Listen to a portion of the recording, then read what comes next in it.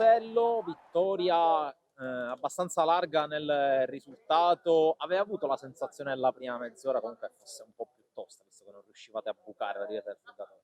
Assolutamente sì, diciamo è diventata facile perché siamo stati bravi ad avere la giusta pazienza, l'avevo detto ai ragazzi che non era semplice, è stato importante sbloccarla, infatti nel momento in cui poi abbiamo sbloccato la partita chiaramente poi si sono creati degli spazi e siamo stati bravi poi ad andare in controllo della partita, però la prima mezz'ora non è stata semplice, però i ragazzi sono stati bravi a mantenere la calma fin quando non abbiamo trovato il guizzo con Giglio e poi da lì la partita è stata agevole come ci auguravamo, ma non era scontato.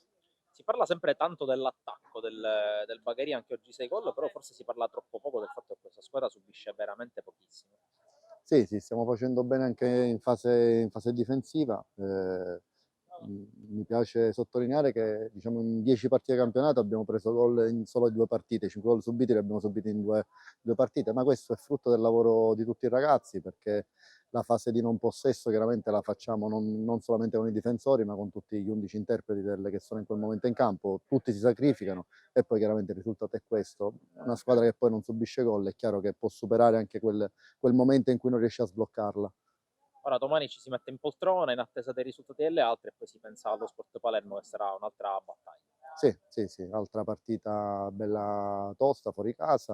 Ma dai, godiamoci un attimo questo momento, questa vittoria, ci facciamo un weekend sereni e tranquilli e poi da martedì cominceremo a pensare al prossimo avversario. Cristian Costa 6-0 per il Bagheria sul Fulgatore, partita che si è messa in discesa dopo il primo gol. Sì, siamo stati bravi a sbloccarla perché non era facile. Loro erano molto bene chiusi dietro. È stato bravo Raffaele a trovare la via del gol, ma siamo stati bravi tutti a muovere la palla e trovare il varco giusto per metterla dentro. Parlavo col mister del fatto che si parla tanto dell'attacco del Bagheria, forse si parla troppo poco del fatto che questa squadra subisca veramente poco in termini di gol subiti, solo 5. Sì, allora noi subiamo poco lì dietro, però è merito anche di tutta la squadra perché diciamo la prima parte difensiva la fanno gli attaccanti e poi il resto della squadra, quindi non è solo merito della difesa ma di tutta la squadra.